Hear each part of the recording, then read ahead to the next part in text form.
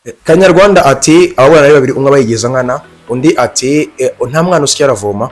Ariko se ubona abanyarwanda babeshyara? Ntago babeshya kubera ko ibingi bikunze kugaragara cyane, bikunze no kubaho.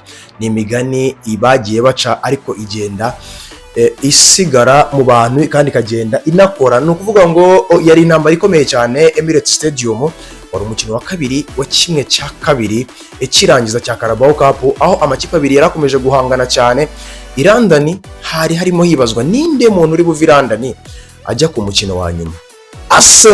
Arsenal yandikira muri DM ngo Arsenal niba uri umufana wayo cyane kandi niba unashyigikiye ko igiye ku mukino wa nyuma, kubera ko irabidizavinga. Umutoza umwe aratashe, undi arakomeje. N'ubundi n'abatoza bahuye no mu myaka ishize bahoze banahanganye. Ese ubonye ku ruhande rw'ikipe ya Chelsea uri umufana wayo, ubonye habuze iki? Niki kibuze? Uruhande rw'ikipe ya Arsenal ubona mukoresheje iki kugira ngo mubashe gukuramo ikipe ya Chelsea? Uyu munsi bigaragaye ko mwana dominye nubwo mutsindishije kuba muri ikipe yateguye umukino neza. Anyway, tugiye kubiganiraho gatoya mu minota mikeya, ariko niba ari bwo bwa mbere unyarukiye aha ngaha, ndagusaba ko icyo ukora urakizi. Kora subscribe, ukora na share kugira ngo tujye dukomeza tubane umunsi ku munsi.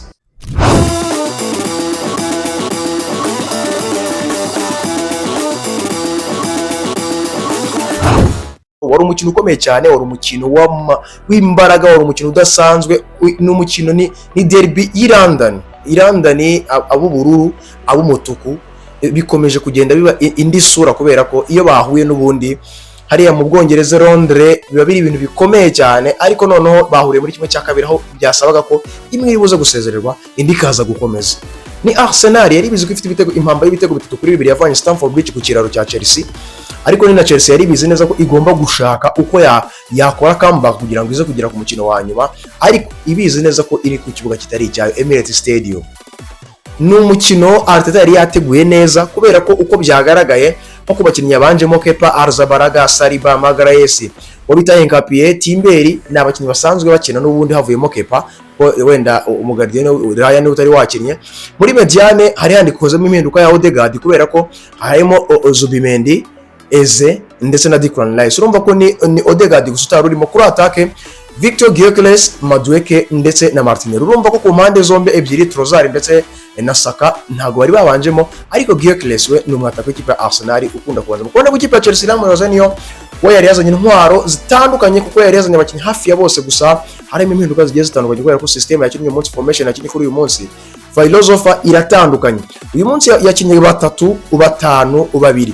Nukuvuga ngo yabanje mu izamu nkuko bisanzwe, uwo bita Robert Sanchez yafasha abadefenseur 3 harimo Jorel Hato, afata Wesley Fofana, afata na Trevoh Chalobah, ababanza muri defense ari 3. Noneho imbere kuri ya mapisto ku mpande shizo kukurera na Malo Gusto. Muri mediane ashyiramo Santos, ashyiramo Caicedo ndetse na Enzo Fernandez. Kuri attaque yakitisha Joe Pedro ndetse na Liam Delap. Yari amakipe yombi wabonaga ko yose yiteguye umukino neza, yaje yabukereye, afite imbaraga, afite ishyaka.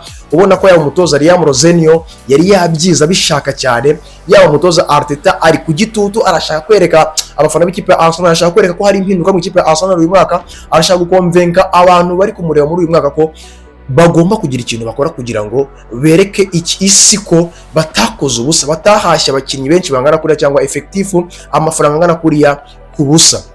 Niko bigenze rero, umukino uratangira uragenda neza rwose mu kibuga hagati, amakipe arahangana ku rwego rwo hejuru. Chelsea igacishamo ikataka, igashyiramo imbaraga nk'ikipe ishaka igitego. Arsenal igaca muri humye, igakora ama contre attaque, ariko igice cya mbere cyaje kurangira byananiranye. Bajya muri mita, baza kuva muri mita noneho baza mu gice cya kabiri barakina gatoya.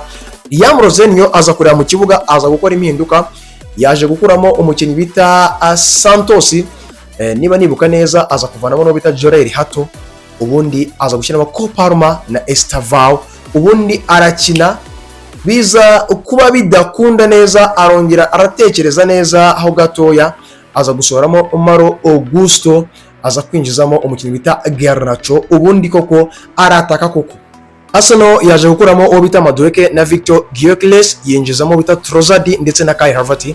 Izo ni impinduka Arsenal yaje gukora ku ruhande rwa Arteta, ariko ikipe ya Arsenal ikomeza kugenda yugarira neza, Chelsea nayo igakomeza kugenda yataka cyane kugira ngo irebe ko yabona igitego, kubera ko yabizi ko ikeneye comeback, ikeneye kuza kubona igitego kugira ngo ize kongera nege mu murongo wo kuba nawe yatekereza ubundi buryo bwo gushaka ikindi gitego, cyangwa se kuba bajya muri izo penalty, cyangwa se n'ibindi bibuzo kuba bikurikira kugira ngo barebe uza kujya kuri finale. Siko bigenze, kubera ko umukino uko wagiye wisunika wegera imbere, Chelsea yakomeje kugenda irwana no kwataka. Abakinnyi ba Chelsea baragerageza, ba Estevao baragerageza, ba Kopama baragerageza, ba Enzo Fernandez bagatera hejuru, abandi bagatera amakufura bakubita ku maboko, amakorner atagira ingano. Ariko ku minota ya nyuma habayemo akantu gatoya cyane gatunguranye, ubwo Trossard yarekiperaga baro yarivuye muri iyo offensive, cyangwa se iyo uko kwataka cyane, uko gupressinga cyane eko kuma gukorwa muri adversaire ara muri defense ya Arsenal kugerageza kudefenda cyane.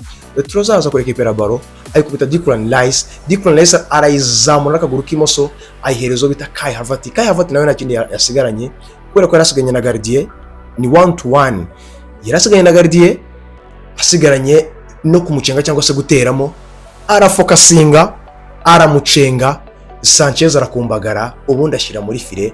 Ikipe ya Arsenal urugendo rwikoza i Wembley ku mukino wa nyuma, ayitegereje hagati ya Newcastle n'ikipe ya Manchester City ku munsi w'ejo. Ninde uzakomeza, dore ko umukino ubanza ikipe ya Newcastle yari yatsinzwe ibitego 2 bayisanze ku kibuga cyayo na Manchester City ku busa.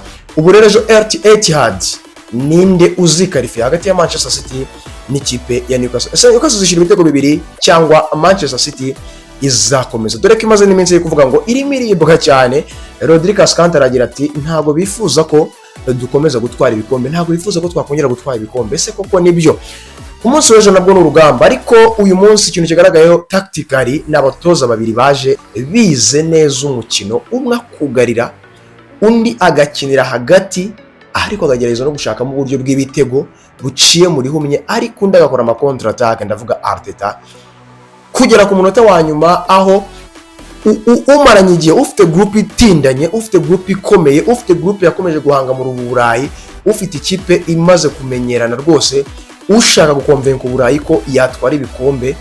Abenshi barimo baranibaza bati uru rugendo rwabo rutangiye atsinze akonvenka are retour ecto verso murare 3-2 muri retour 1-0 ahita na konfirma urugamba. Rero nkuko natangiye mbibabwira ngo babiri baburana, umwe abayigeza nkana.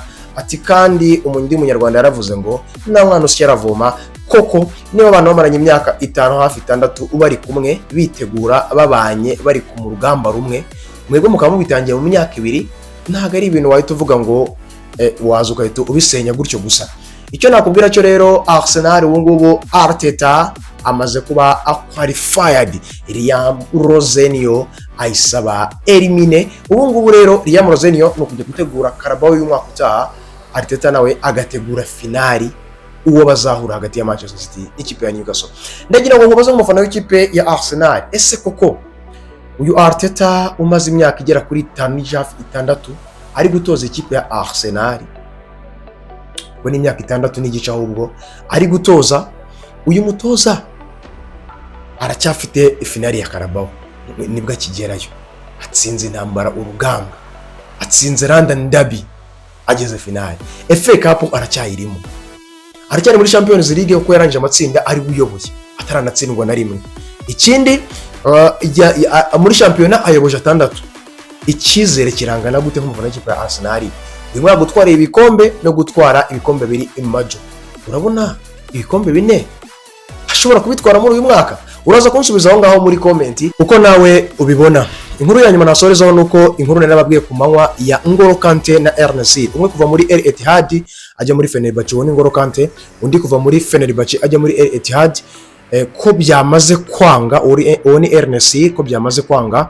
Ni ukuvuga ngo bari batinze gutanga amadokima, FIFA yanze guprovinga transfer yabo, ariko kugeza kuri Safa Bruce bamaze gutangaza ko imaze guhapeninga. Noneho N'Golo Kante kugeza mu 2028 bimaze kwemezwa ko abaye umukinnyi wa Fenerbahce. Ikindi RNC amaze kwerekeza mu ikipe ya Etihad, ariko amakuru arambuye kuri iyi nkuru yemeza ko impamvu bino bintu bihindutse kandi bikanemezwa na FIFA uragenda tuyemenya gake. Gusa icyo nakubwira cyo nuko bimaze kugaragara ko nubwo bamwe baba bavuga bati Saudi Arabia Pro imaze gutera imbere. Ikintu kimaze kugaragara nuko umukinnyi kugira ngo akine mu ikipe y'igihugu, kugira ngo ahamagarwe mu ikipe y'igihugu ajye gukina ibikombe bya Euro cyangwa iby'isi, bisaba ko bakina muri amashampiyona y'i Burayi iyo ariyo yose, yabona muri Turukiya hose biremewe kurusha uko yabakina muri Saudi Arabia Pro.